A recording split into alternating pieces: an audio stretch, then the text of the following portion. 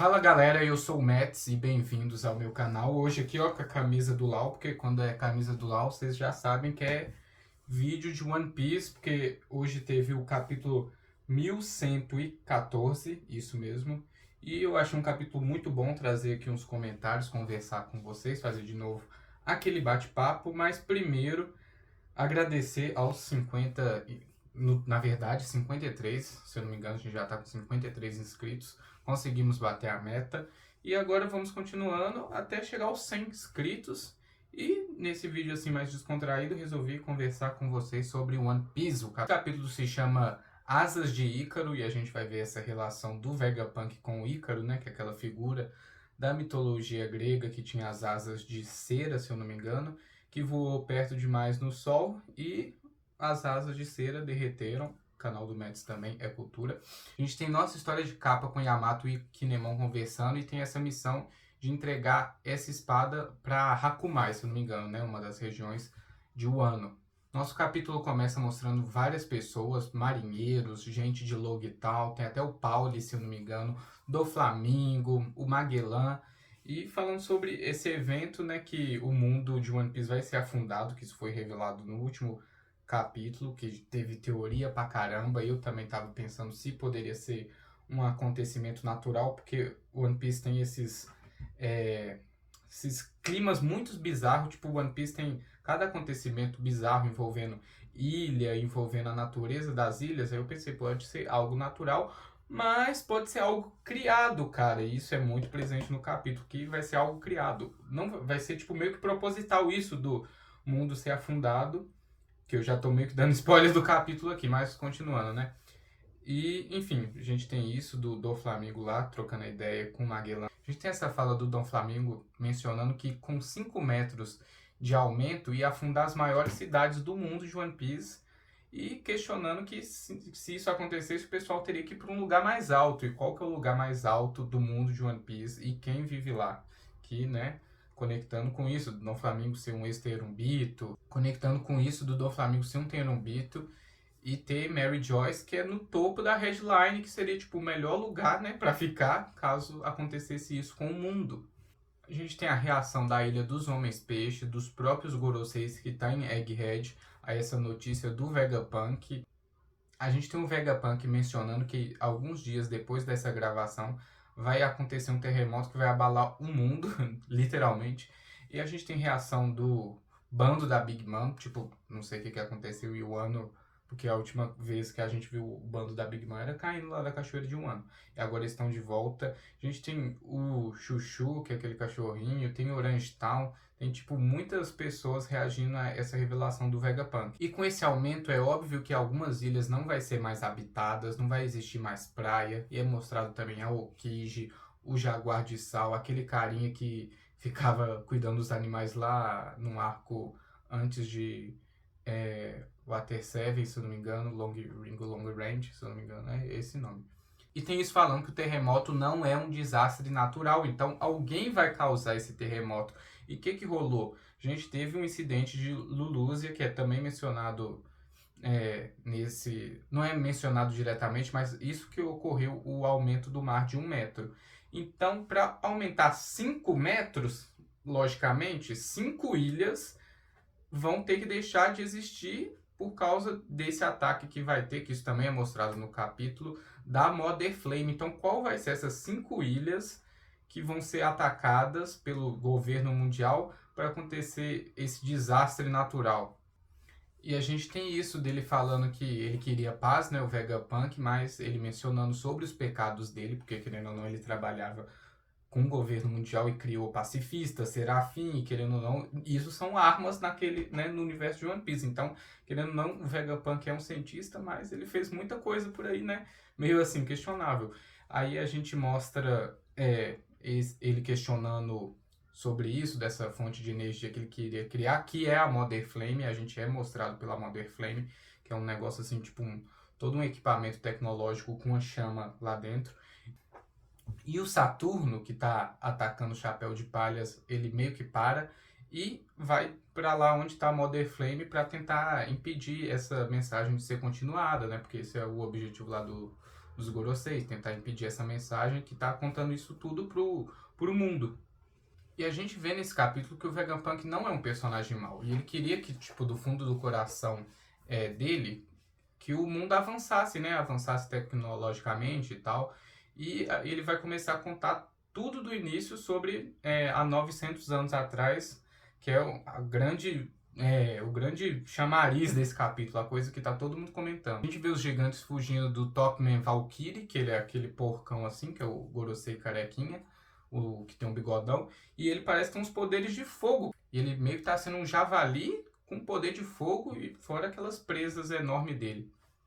O Vegapunk começa a contar sobre o século perdido. O engraçado dessa cena é que tem um foco assim no In-sama, né? Um enquadramento no In. E a gente vê que alguns dragões celestiais também não sabem o que é o século perdido. Então tem isso de, tipo, a galera nasceu dragão celestial, elas não fazem ideia do que aconteceu há 800 a 900 anos atrás. Então, tipo, até pra galera, né, que seria a elite das famílias reais lá, que vive, né, no topo do mundo, não sabem do que rolou. E o Vegapunk fala sobre a criação dos poneglyphs, e a gente tem isso que eu falei, né, que vai intercalando com vários personagens do mundo. É a neta do prefeito de Orange Town, se eu não me engano, falando que, né, sobre os 20 reis que se juntaram.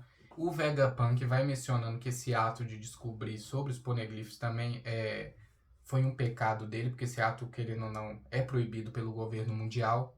Ele fala que, em resumo, o que ele sabe é um conto incompleto sobre o século perdido e que ele não vai completar com lacunas e especulações. Ele vai pegar, né, as informações que ele sabe e já vai contar pro mundo. A gente vai vendo os gigantes e o Luffy lutando contra os Goroseis, né? Enquanto vai acontecendo todo esse caos em Egghead. O Vegapunk conta que o protagonista desse conto nasceu há 900 anos atrás numa civilização muito avançada e assim como o lendário deus do sol Nika, dos contos de Elbaf, ele também lutava com um corpo elástico. E esse homem era quem? Era Joy Boy, o primeiro a ser chamado de pirata. Nossa, que capítulo, hein? Que capítulo. O que vocês acharam? Os próprios gigantes falam com o Luffy assim, né? O Dory e o Brog estão rindo assim junto com o Luffy e ele fala: chapéu de palha, sua aparência tá tão diferente. Se tiver algum erro aqui pode ser, né, da tradução. E eles vão rindo. Como sabe qual é a aparência do deus das histórias que contam lá em Elbaf? Então, isso do Luffy tá com aquela aparência, tipo, o Luffy é Nika? Sim, o Luffy comeu a fruta do Nika. Mas, existiu sim o Nika, e o Nika não era diretamente o que dá pra entender, que antes eu tinha, né, isso. Será que o Nika e o Joy Boy é as mesmas pessoas? Mas não, parece que teve o Nika, teve o Joy Boy e agora tem o Luffy. Então será que há muito tempo, porque gigante em One Piece vive pra caramba, mano. Tipo, o Dory e o Brog estão lutando pra caramba. Tipo, há muito tempo. Então será que existiu o Nika, que é o deus de Elbaf? Porque tem muita coisa em One Piece ligado ao sol.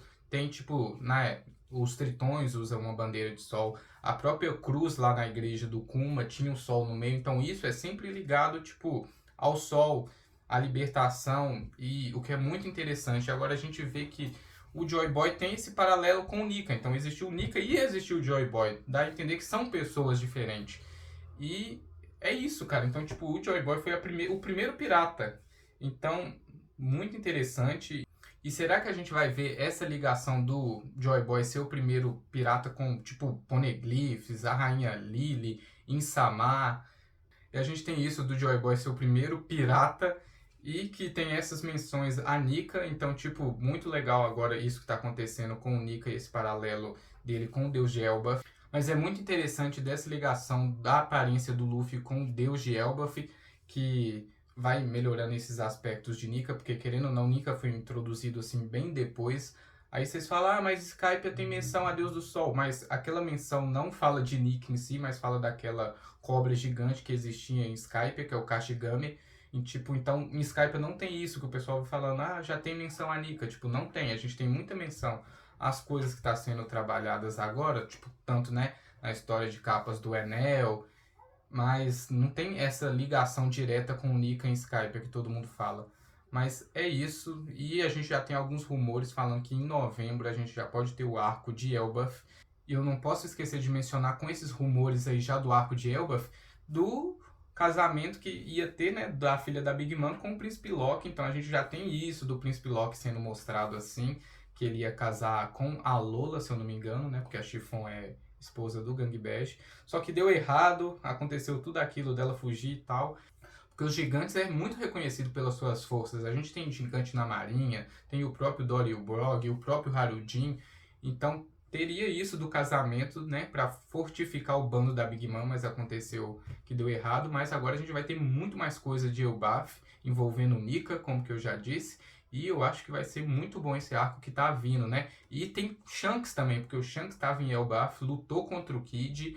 Teve também uma história de capa do Bartolomeu queimando a bandeira do Shanks. Então eu acho que isso, né, rolando em Elbaf, pode, tipo, conectar todos esses pontos que eu trouxe do Kid, né? Será que o Kid vai aparecer ou o Kid não aparece mais porque tomou um sarrafo? E a gente pode ter um possível encontro do Luffy com o Shanks. Será que ele devolve o chapéu? Será que não? Mas o principal ponto é isso do Deus dos Gigantes ser Nika. Eles batem o olho no Luffy, vê que ele está parecido, mas, tipo, em nenhum momento tem essa associação, mesmo o Luffy tendo a fruta do Nika. Então, o que será que a gente vai saber sobre o Nika da visão dos gigantes? Qual vai ser o grande mistério envolvendo o Nika, esse deus da cultura dos gigantes? E teve também Joy Boy. Então eu acho que vão conectar tudo. E fora um desenvolvimento top, essa é a minha principal expectativa para Elbaf, que é um desenvolvimento top do Sop. Será que dessa vez finalmente o Sop vai se tornar um bravo guerreiro do mar? Então essa foi uma breve análise desse capítulo atual de One Piece, trazendo esses pontos aqui. Será que a Mother Flame, que também já foi apresentado pra gente, o que é essa chama? Será que vai ter ligação aos Lunarians? Vai ter ligação com aquele robô gigante que também tá em Egghead, que, né, já falei no vídeo anterior, mas nesse capítulo ele também tava. Então será que essa tecnologia do reino antigo tem a ver com o Lunariano? Tem a ver com todos esses elementos que está sendo trabalhado até agora? Capítulo muito bom, muito interessante. Gostei bastante desse capítulo. Preparação para Elbaf. Elbaf vai ser um arco muito bom. A gente vai ter Príncipe Loki, mais coisas sobre o Nika e o Sop sendo um bravo guerreiro do mar. Mas é isso, um vídeo sobre One Piece aqui para conversar mais com vocês. Quero trazer mais One Piece para o canal, porque é uma obra que eu gosto muito. E eu quero que todo fã de One Piece seja muito mais que bem-vindo no canal. E é isso, muito obrigado pelos inscritos atuais. Estou muito feliz. Mas continua se inscrevendo, continua deixando like para eu trazer mais e mais vídeos sobre anime, mangá. Tem muito vídeo já sobre Marvel e DC. Espero que vocês gostem também. E até a próxima!